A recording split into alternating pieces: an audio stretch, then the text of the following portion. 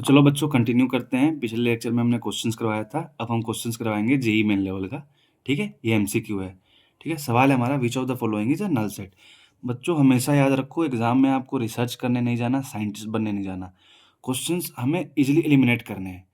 नल set है, which of the following is null set.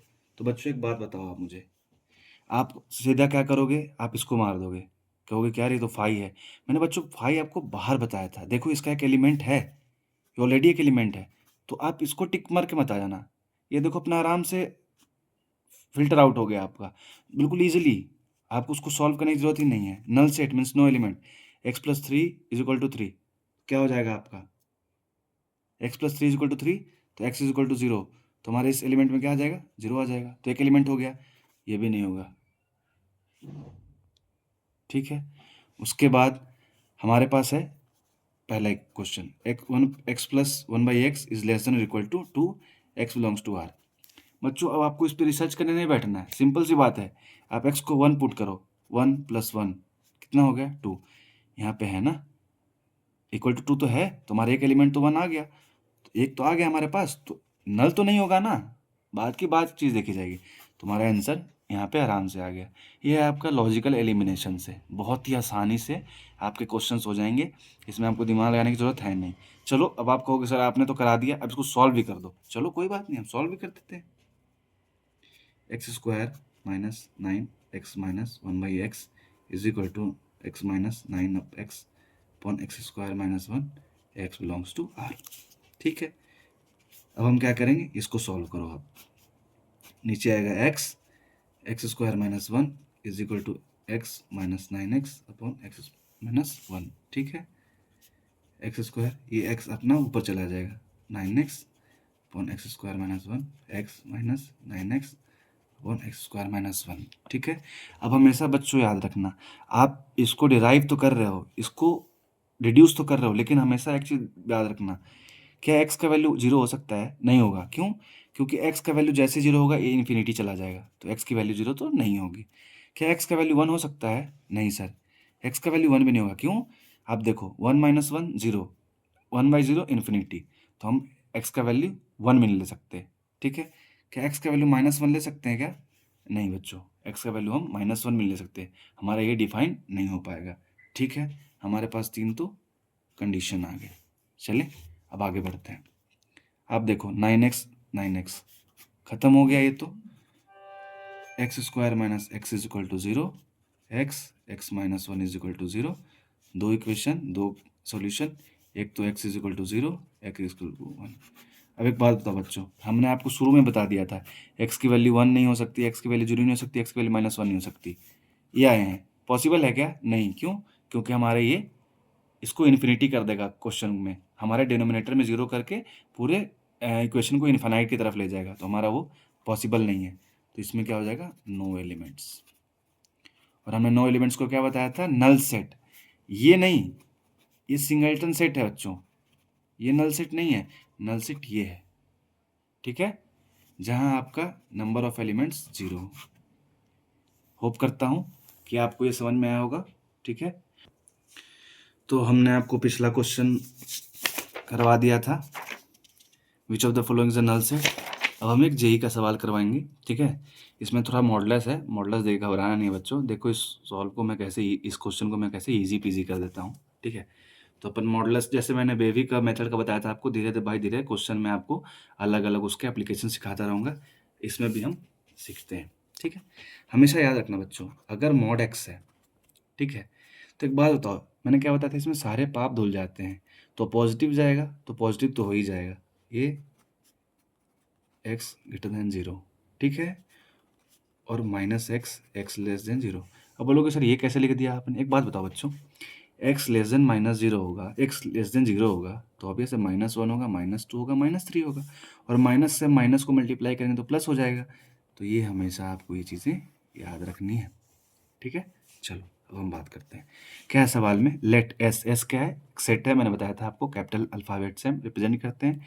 X is element, x belongs to real number, याद रखना बच्चों, ये हमेशा ध्यान रखना, एक्स ग्रेटर देन और equal to zero, and two mod under root x minus three plus root x bracket root x minus six plus six is equal to 0। ये देखने में थोड़ा जटिल लग रहा है, चलो इसको भी कैसे देखो सॉल्व करते हैं। ठीक है, 2 root x minus 3 plus root x minus six plus six is equal to 0। अब बच्चों बहुत रूट एक्स हो रहा है ना, तो एक काम करते हैं, रूट एक्स को एलिमिनेट कर देते हैं टी से। आप टी मान लो, पी मान लो, क्यू मान लो, एक्स तो है ही, कुछ भी मान लो। ठीक है, तो हम यहाँ पे लिखेंगे टी माइनस 3 प्लस, ये क्या हो जाएगा, सिंपल हो जाएगा। ठीक है, अब एक बात बताओ बच्चों, ये हमारे पास तो इक्वेशन है, इसको हमें कुछ छेड़छाड़ नहीं करना है। पहला केस, हम मॉडुलस को खोलते हैं, सबसे पहला टारगेट हमारा मॉड को खोलना। अब सपोज करो ये अंदर का वैल्यू अगर ग्रेटर देन और इक्वल टू 0 हुआ तो क्या होना चाहिए, T must be greater than और इक्वल टू 3। इसको हमने सॉल्व करा। चलो, अगर ये बड़ा है तो सीधा खुलेगा, इसमें तो कोई डाउट नहीं है। इसको मल्टीप्लाई करो, 60 plus 6 is equal to 0। Just मैं क्वाड्रेटिक को सॉल्व कर रहा हूँ। 2t minus 6 plus t square minus 60 plus 6 is equal to 0। 6 से 6 चला जाएगा बच्चों, हमारा आ जाएगा t square minus 4t is equal to 0। T minus 4 is equal to 0, t is equal to 0 और टी इज इक्वल टू 4। ठीक है बच्चों, बहुत बढ़िया। तो अब एक बात बताओ आप मुझे, हमने देखा टी इज ग्रेटर देन और इक्वल टू 3, तो ये तुम्हारा खत्म हो गया। तो हमने यहाँ से एक वैल्यू निकाल लिया, टी इज इक्वल टू 4। ठीक है, और हमने टी को क्या माना था बच्चों, टी को माना था हमने रूट एक्स, तो root x is equal to 4, तो एक्स की वैल्यू कितनी हो जाएगी, 16। ठीक है, चलो बस। अब क्या है, एक सवाल एक तो हल हो गया हमारा। अब दूसरा करते हैं, केस 2। ये था हमारा केस 1। देखो बच्चों, बहुत इजी क्वेश्चन होता है, बहुत इजी क्वेश्चन होता है। देखो आपको क्या करना है, कुछ भी नहीं था इसमें, बच्चे यहाँ घबरा जाएंगे, मॉडुलस है क्या है, रूट एक्स है, कुछ नहीं है ये। आपको चीज़ों को आसान बनाना है। मैथमेटिक्स बहुत ही प्यारा सब्जेक्ट है, आपको बस आसान करना है। रूट एक्स है, मॉडुलस ही खोल दो। सबसे पहला काम मॉडुलस खोल दो। रूट एक्स कॉम्प्लिकेट बना रहा है, रूट एक्स को कुछ मान लो। भाई हमने क्या कर लिया, लो हमने रूट एक्स को मान लिया, लेट मान लिया। अब और आसान हो गया। अब हमारे पास मॉडुलस तंग कर रहा था, हमने मॉडुलस को खोल दिया। मॉडुलस खोलने का तरीका है, मैंने अभी बताया कि अगर x की वैल्यू पॉजिटिव है तो मॉड x निकल के बाहर आएगा, और x लेस देन 0 है तो माइनस एक्स हो जाएगा। मैंने बताया आपको कि लेस देन 0 होगा तो ये माइनस माइनस प्लस होके प्लस ही हो जाएगा। ठीक है, आगे बढ़ते हैं, केस 2। अब बोलोगे सर केस 2 क्या बनेगा, कुछ नहीं बनेगा बच्चों, ये देखो t minus 3 t minus 6 plus 6 is equal to 0। अब क्या केस बनेगा हमारा, ये t माइनस 3 क्या होगा, लेस देन और इक्वल टू 0 होगा, तो क्या हो गया, t लेस देन और इक्वल टू 3। चलिए बढ़िया, बहुत ही अच्छे।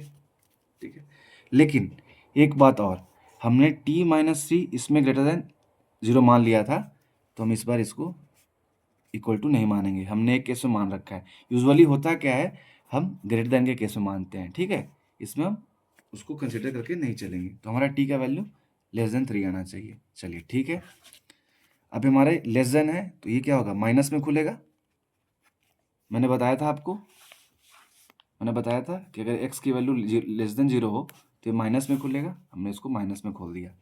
Plus t square minus 60 plus 6 is equal to 0, minus 2t plus 6 plus t square minus 60 plus 6 is equal to 0।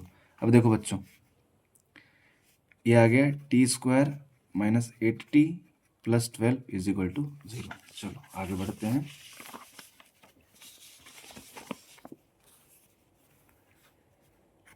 अब इसको फैक्टराइज करना है आपको, 80 12 है, अब मैं इसको आराम से लिख सकता हूँ, 6 इंटू 2 12, हमारे पास 12 है यहाँ पे, प्लस 12 इज इक्वल टू 0।